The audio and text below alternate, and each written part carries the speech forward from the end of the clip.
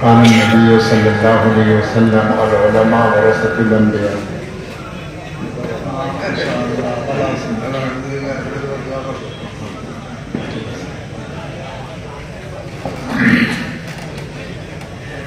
میں راستے سے سن رہا تھا حضرت مولانا مزمل صاحب کا بیان اردو میں چل رہا تھا، تو کچھ لوگ کہنے لگے کہ اردو میں بیان ہو رہا ہے۔ اصل میں آج چونکہ یہ پروگرام علماء کا تھا، عوام کم ہے، اس لیے اردو میں ان کے لیے سمجھنا کوئی مشکل نہیں تھا۔ جس شخصیت کو بنیاد بنا کر آج کا یہ پروگرام اور یہ جلسہ بہت تجد و احتشام کے ساتھ تیار کرایا گیا، میں جس سال آسام میں آیا حیلہ کاندھی رتن پور مدرسے میں، اسی سال حضرت کا انتقال ہوا تھا، اور میں چونکہ نیا نیا تھا، آسام کا کوئی تصور بھی میرے ذہن میں نہیں تھا کہ کبھی آسام میں آنا ہوگا، وہ بھی حیلہ کاندھی رتن پور گاؤں میں جانا ہوگا، کبھی خواب و خیال میں نہیں تھا۔ جب حضرت کا وصال ہوا تو میں مدرسے میں تھا، کچھ لوگوں نے کہا کہ ہمارے یہاں کے بڑے مولانا صاحب، بہت مشہور عالم حضرت مولانا ممتاز صاحب نور اللہ مرقدہ،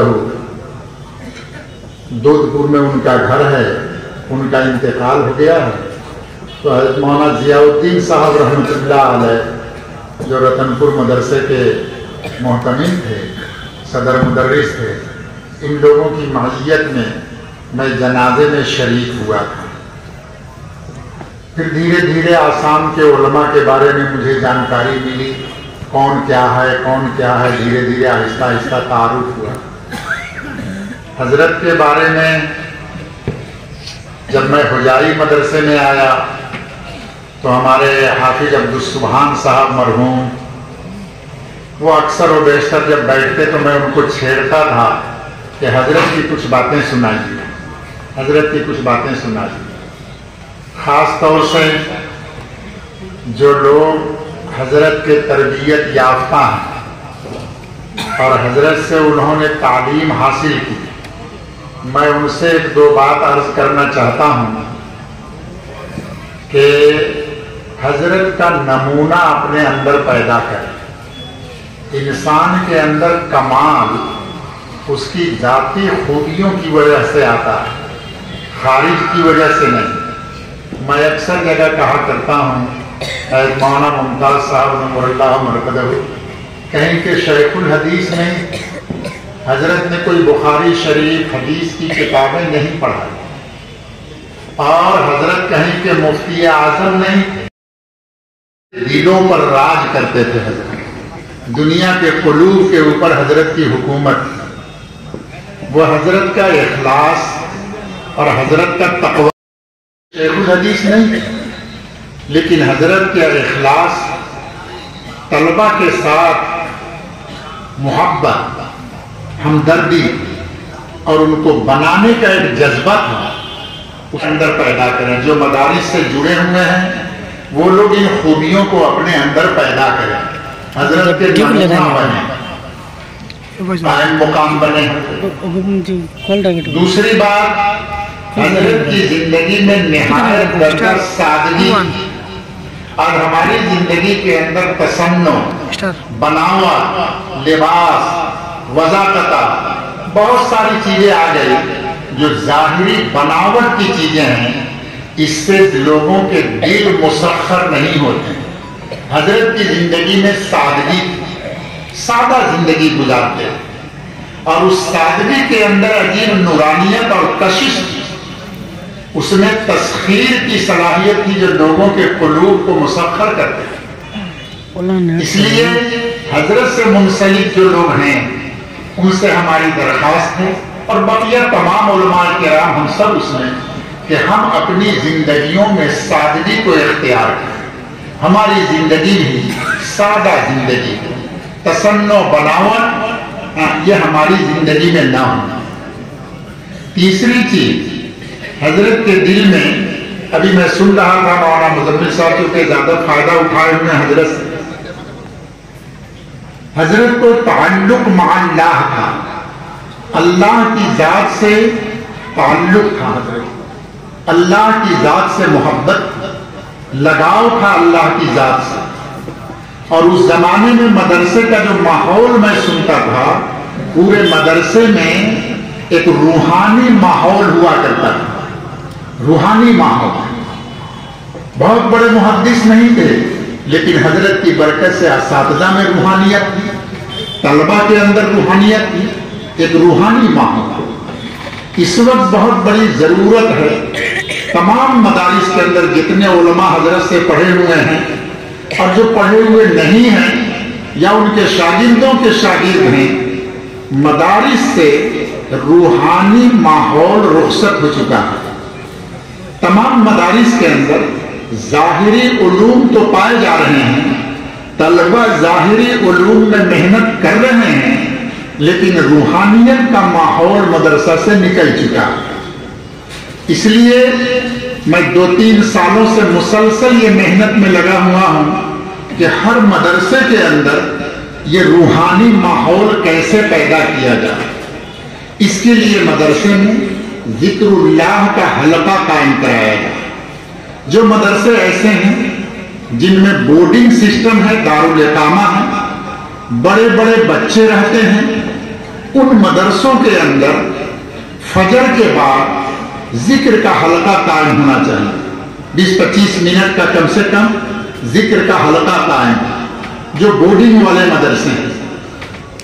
اور جو بورڈنگ والے مدرسے نہیں ہیں، بچے آتے ہیں چلے جاتے ہیں، تو ہم نے دیکھا ہمارے بزرگوں میں حضرت قاری صدیق احمد صاحب باندوی رحمت اللہ علیہ، جو اس زمانہ کے قطب گزرے ہیں، تسبیح لے کر ایک تسبیح کا ذکر کرتے تھے، تمام بچوں کو لے کر، تمام اساتذہ، تمام بچے وہاں بیٹھتے تھے اور ایک تسبیح کا ذکر کرتے تھے۔ بعد میں معلوم ہوا کہ یہ لوگوں میں عادت ڈالنے کے لیے، ان بچوں میں ذکر کی عادت ڈالنے کے لیے حضرت یہ ذکر کا حلقہ شروع کرتے ہیں۔ اس لیے حضرت سے متعلق جو لوگ آئے ہیں اپنے اپنے مدرسے سے، میں ان سے انورودھ اور درخواست کرتا ہوں کہ اپنے اپنے مدرسوں کے اندر ذکر اللہ کا حلقہ قائم کریں، ذکر اللہ کا حلقہ قائم کریں۔ میرے پیارے علماء کرام، ہم نے اور آپ نے، میں اپنے آپ کو بھی کہتا ہوں، ہم نے اور آپ نے اپنے مقام کو نہیں پہچانا۔ علماء کرام کا مقام امت کے درمیان ایسا ہے جیسے انسان کے جسم کے اندر قلب کا مقام ہے، دل کا مقام ہے۔ انسان کا قلب اور دل یہ پورے جسم کو کنٹرول کرتا ہے۔ مشہور حدیث میں ہے اذا صلح صلح الجسد كله، جب دل صحیح ہوگا تو پورا جسم صحیح ہوگا۔ دل میں فساد آئے گا تو پورے جسم کے اندر فساد آئے گا۔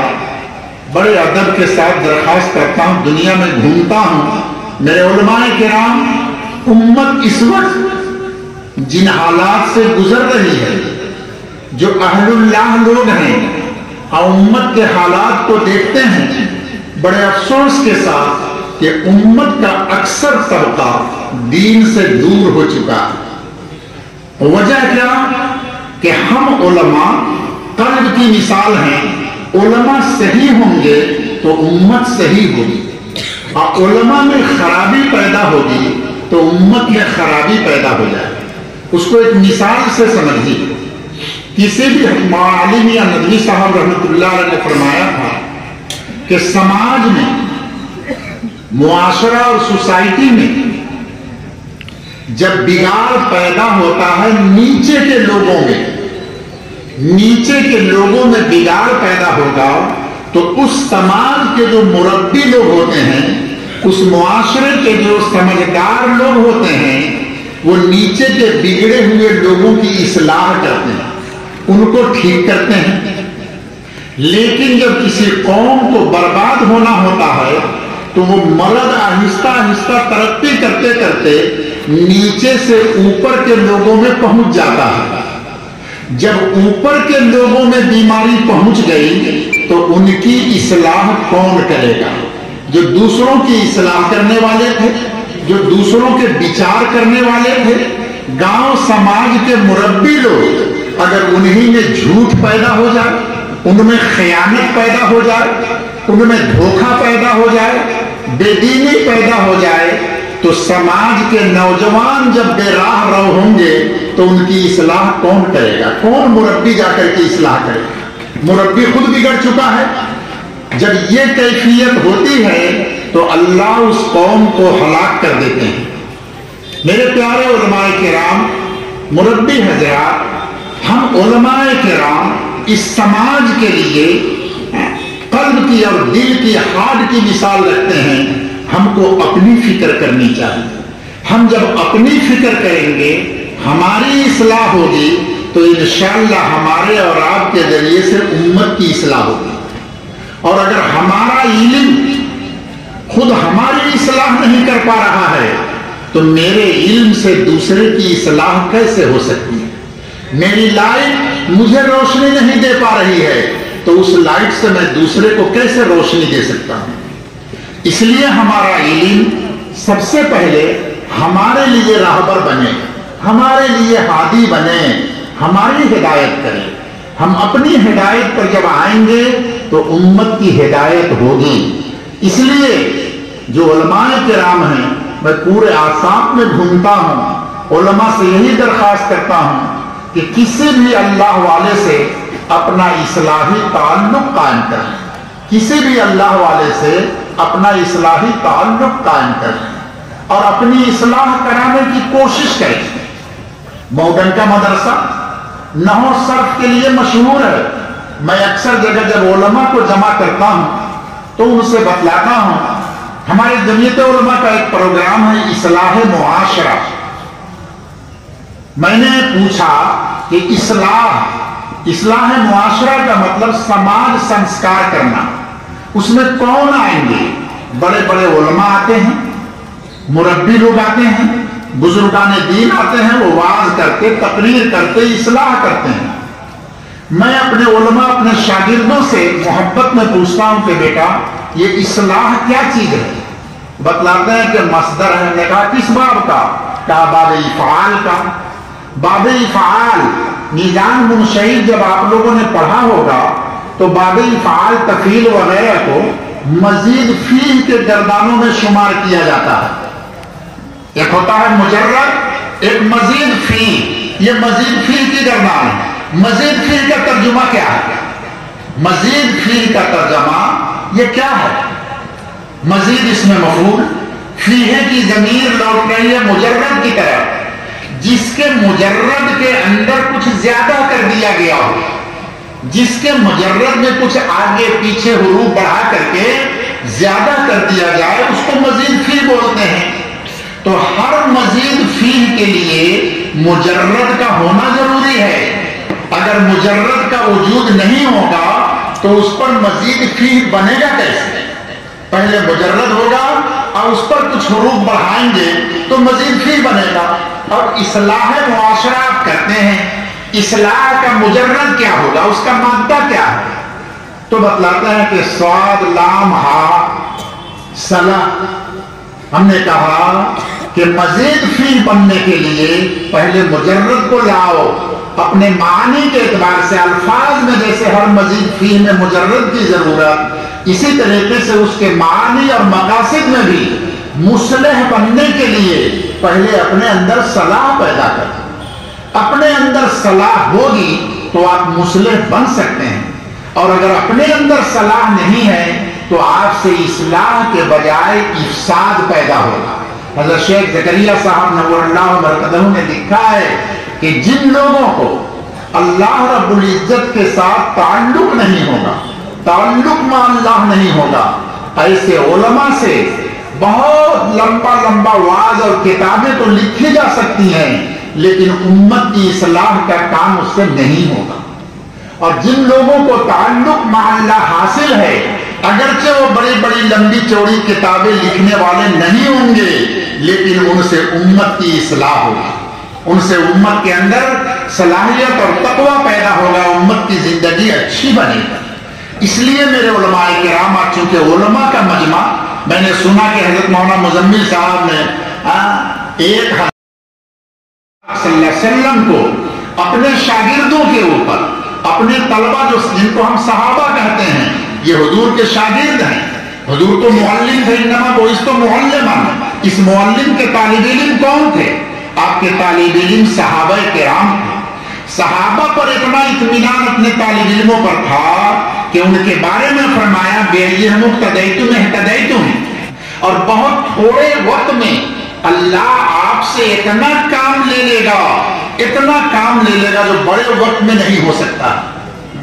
میں نے ایک مرتبہ، بدر بھائی کے آنے میں دیر ہے اس لیے آپ کا وقت لے رہا ہوں، میں نے ایک مرتبہ، اور ہمارے مرکز المعروف کے ماموں جی تھے مولانا عبد الحسین صاحب رحمۃ اللہ علیہ، ہمارے ایک مولانا ذوالفقار صاحب، پیر ذوالفقار صاحب، نقشبندی نہیں، وہ بھی نقشبندی تھے، یہ بہار چترا کے رہنے والے تھے اور نظام الدین میں تبلیغ سے جڑے ہوئے تھے۔